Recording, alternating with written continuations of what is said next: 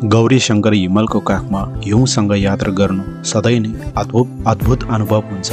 बिहान सबेरै गाउँबाट उक्लने बाटो चिसो हावाले भरिएको थियो। हिउँले ढाकिएको जंगल शान्त थियो। यात्रा टोलीका सबै सदस्यहरू आफ्नो क्यामेरा, लट्ठी र झोलासहित धैर्यपूर्वक अगाडि बढिरहेको थियो। माथि पुग्दै जाँदा गौरी शंकर हिमाल पूर्ण रूपमा सेतो वस्त्रमा चम्किरहेको देखिन्थ्यो। सूर्योदयको सुनौलो किरणले हिमाललाई झनै दिव्य बनाइरहेको थियो। हिउँको कणहरू हावामा उडेर अनुहारमा पर्नु भनेको कुनै आशीर्वाद चाहिँ अद्भुत हुन्थ्यो। बाटो कठिन थियो तर प्रकृतिको सुन्दरताले हरेक थकाइ बिर्साइदिन्थ्यो। कुनै ठाडो कापीमा बसेर तातो चिया पिउँदै ताल देखिने खोज र माथि देखिने सेतो पहाड हेर्दा मन एकदमै शान्त भयो। यात्रा केवल पैदल हिँडाइ मात्र थिएन, यो आत्मा शुद्ध हुने एउटा समय जस्तै थियो। फेरि फर्कँदा सबैको मुहारमा अनौठो खुसी थियो। यस्तो हिउँपात सँगैको यात्रा जीवनभर सम्झना लायक उपहार बनेर रह्यो।